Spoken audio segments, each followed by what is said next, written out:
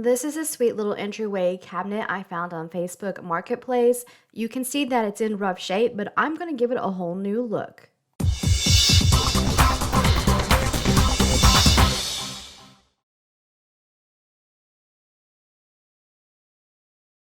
Hello everyone, welcome back. I took a nice long break from social media and YouTube while I got transferred and moved into my new land and new home.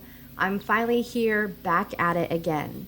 You can see that this little entryway cabinet has stuff crusted all over it. There is water damage on the top surface, and there are nicks and dings, chips in the surface, just scratches all over. But one of my favorite things to do is to take damaged, scratched up pieces just like this, clean them up, repair them, and give them a whole new second chance at life. So this baby is not destined for the trash. She came to the right place. She's got many more years left in her. Now with that stuff caked on the top and then stuff running down the sides, I decided to get right to cleaning this piece. I have multi-purpose cleaner in my sprayer, so I just spray a liberal amount on the surface, scrub it with a kitchen sponge, and then use my handy dandy Pampered Chef scraper to scrape off that stuff that's just really stuck on there. Next, I come with a cloth to wipe away the excess cleaner and dirt. And I just repeat that process until all the surfaces I'm going to paint are nice and clean and free of dirt and debris.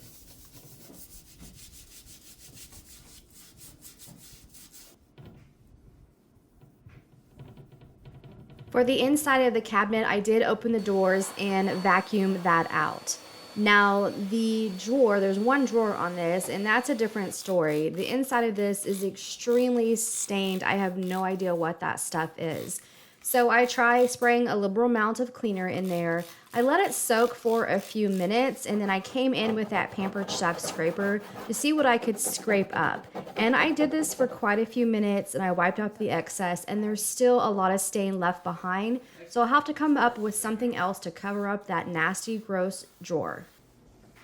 Now I just sprayed a bunch of cleaner all over this piece of furniture, so I typically come back with a damp, lint-free cloth and give it a nice rinse. This just removes any remaining dirt that got left behind and any soap residue. The only major error that I really have to fix on this thing is the screw came loose for the drawer slide. It was such an easy fix. Now the drawer slides in and out and it's good to go.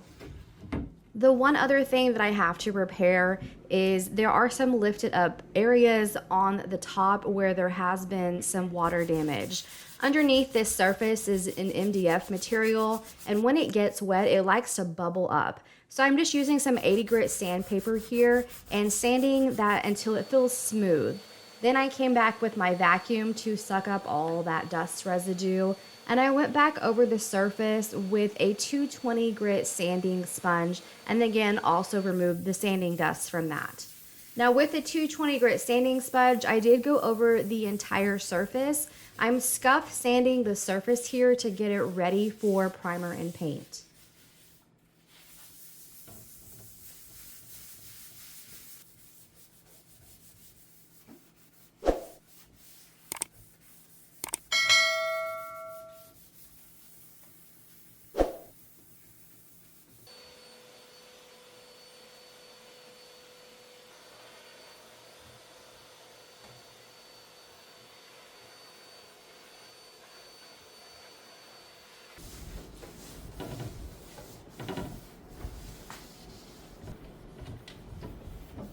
While cleaning up that remaining sanding dust, I noticed that the areas that were bubbled up and I sanded through the finish down to that MDF just felt really rough, and I knew that you'd be able to see that difference of texture in my finished paint job. So I grabbed my Bondo, mixed that up, and I'm just gonna do a layer of Bondo over all the chips that are in the surface and that MDF exposed area. Once that Bondo was dry, I did come in with some 120 grit sandpaper to help sand it smooth and shape it in the areas that it needed shaped.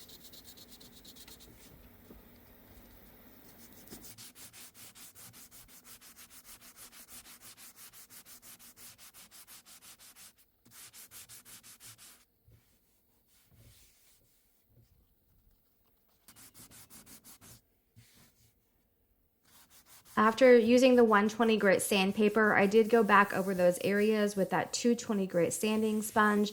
And then of course, I cleaned up all that sanding dust. Now for this piece, I don't have my plan 100% figured out yet, so I decided to go with clear shellac for my primer. Now this is also used as a top coat in most cases, but as far as going underneath paint, it is the most durable primer that you can use to block or stop bleed throughs. The color of this cabinet is currently that mahogany dark color. I'm not for sure what color I'm going to paint yet, so I want to make sure I have absolute blockage so I can do a light color paint if I want to on this. I sprayed 2 coats of the clear shellac, allowing it to dry in between each coat. Now you can see that my settings and background completely changed. That's because I am now in the new house working on this piece. This is my first flip in the new workshop. My last step before this was spraying that clear shellac, and I did get a few bumpies from spraying. So here I'm using a 400 grit sanding sponge to lightly go over the surface, and then I go back with a microfiber cloth just to wipe that sanding dust away.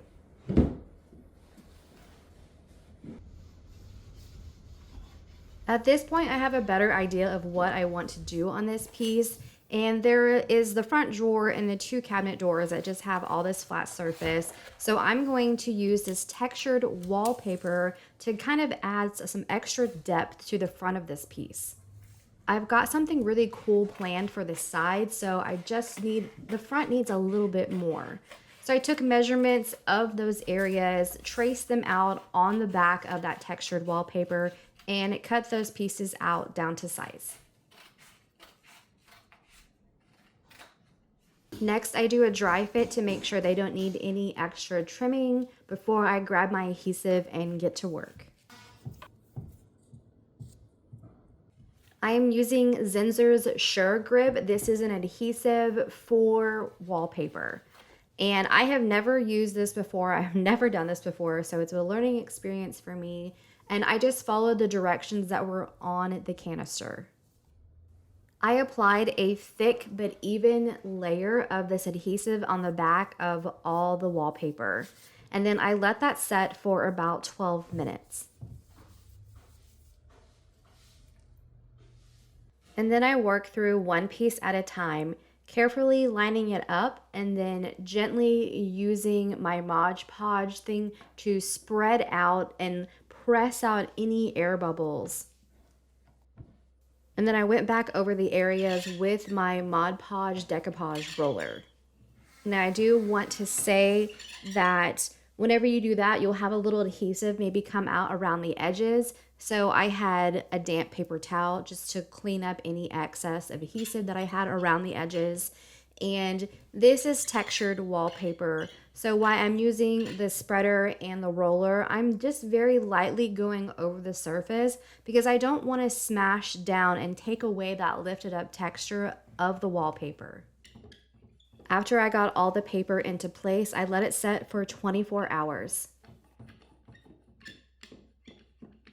All right, finally we're ready for the base coat of paint, and I'm using Annie Sloan chalk paint in the color Paris Gray. This and the next couple of clips are playing really choppy on my laptop, so I don't know if it will come up on YouTube that way.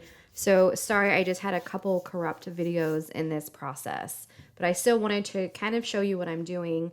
After the Paris Gray was dry, I put a layer of clear coat down and I'm working in section, and I'm adding this beautiful decoupage paper to both sides of the cabinet.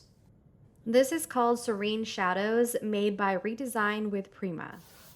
I will have a link for this decoupage paper as well as all the other products that I use in this flip down below in the description. When applying decoupage paper, I put down a coat of clear coat first, put the decoupage paper into place, and then use a very sharp razor blade to cut it down to size. And then I come back with that clear coat again and put a layer of that on top of the decoupage paper and then let that dry.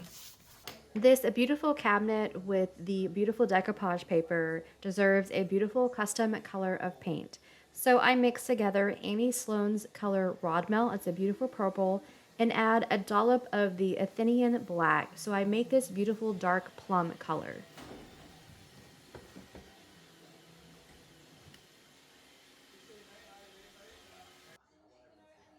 I apply 2 coats of this beautiful purple color, allowing it to dry an hour in between each coat of paint.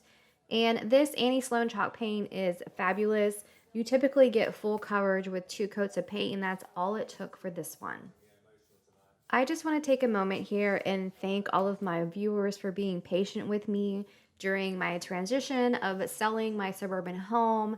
And we transitioned into a tiny home for about 6 months.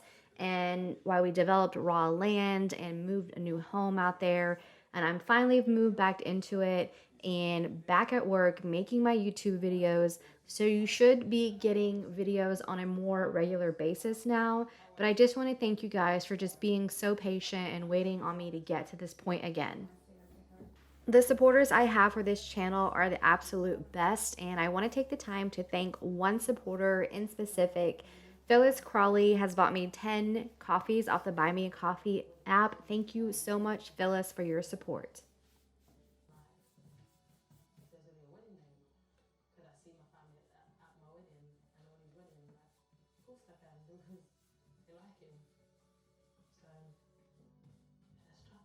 Your chalk paint is typically dry, fully dry within an hour or so.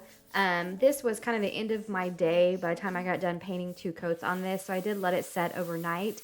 The next morning, I grabbed a 400 grit sanding sponge, and I'm just lightly going over the surface. And then, of course, I wipe all that sanding dust away before I move on to the next step.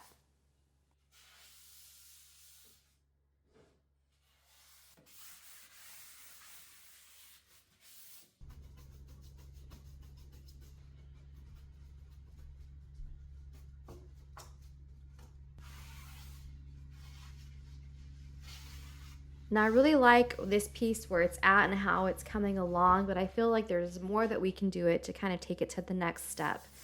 Now, when you have chalk paint, it does need to be sealed and protected. So for the next step, I am using Annie Sloan's clear wax. And I have one of her wax brushes, and I'm just working that wax into the painted surface. I'm not really trying to pay attention to which direction I'm going, just trying to get that wax all over all the painted surfaces. I did go over the decoupage paper with it as well. And then I came back with a microfiber cloth and I just wiped away the excess wax.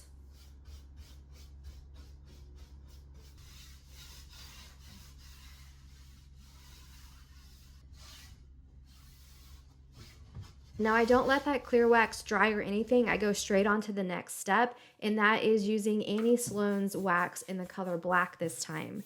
I use a brush and I just kind of add this all over randomly, not going any one specific direction, just trying to get the wax on there. And then I come back with a fine grade piece of steel wool and rub that black wax in for a more blended, worn look. And I continue with that process over all the painted surfaces. So I go over the textured wallpaper, I go over the decoupage paper, and all the painted areas.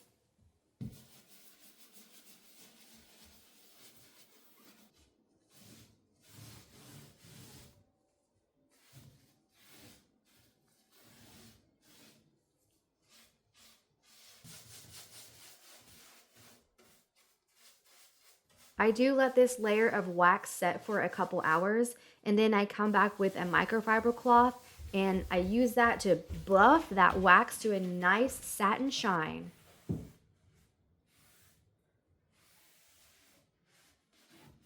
For flipping furniture, I love doing mid-century pieces, but for my artistic looks, I love that moody glam, and I'm not gonna get any glam without gold, so the next step is to add some gold.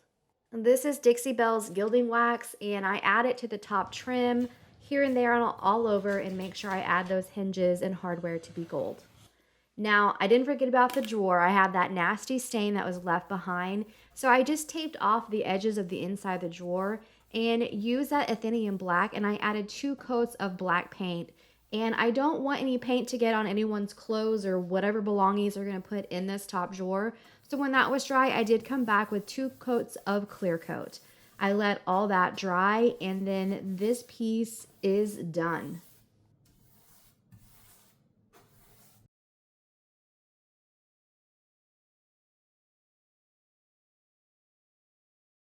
Here's a quick reminder of the before, and then what this piece looks like now.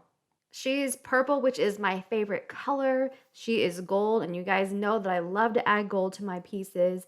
And she's just a beautiful, moody beauty.